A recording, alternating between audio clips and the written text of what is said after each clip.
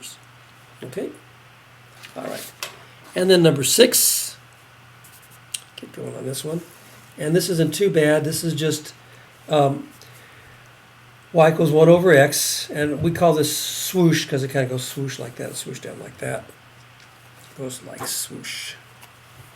And this is pretty easy when you can just do your table of values when x is 1/2. Okay, I just invert that so I get 2. When x is 1, 1 over 1 is 1. When x is 2, y is 1/2. When x is a negative 1/2, when x is negative 1/2, y is negative 2. When x is negative 1, y is negative 1. And when x is negative 2, y is negative 1/2. So this just kind of looks like this.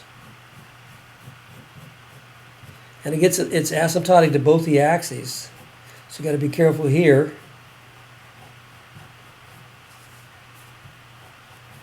So the domain are all real numbers. Well, actually, the domain and the range are both the same. All real numbers except for 0. The domain are all real numbers except 0, and the range are all real numbers except 0. Now, if I got the negative, all I do is kind of flip them, and again, I can flip them up around the axis or about the y-axis. I'm sorry, about the x-axis. Since this is a negative, I just flip it about the x-axis. So this goes up here, that goes there, that goes there. So we just flip that up here. So this becomes a positive 2, positive 1, positive 1/2. This becomes a negative 2, negative 1, negative 1/2. Kind of running out of time here. Got to get this under 10 minutes so it fits. So this looks like this. So that's negative 1/2.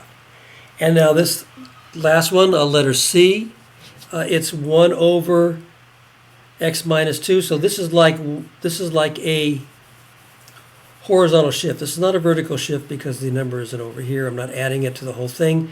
It's like 1 over x minus 2. So it's like it's a shift of 2 to the left. I'm sorry, 2 to the right because it's positive 2. So all I do is shift it over 2. So I move my axis over 2. And then relative, just like this first example, I just moved over everything. So this would be the same thing as this except shifted over 2 to the right. And the same logic, the same table of values. And this is what we've got here.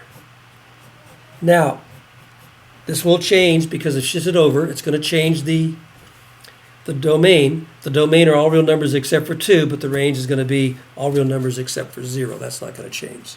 So that range will stay the same. Okay? So I hope that helps there.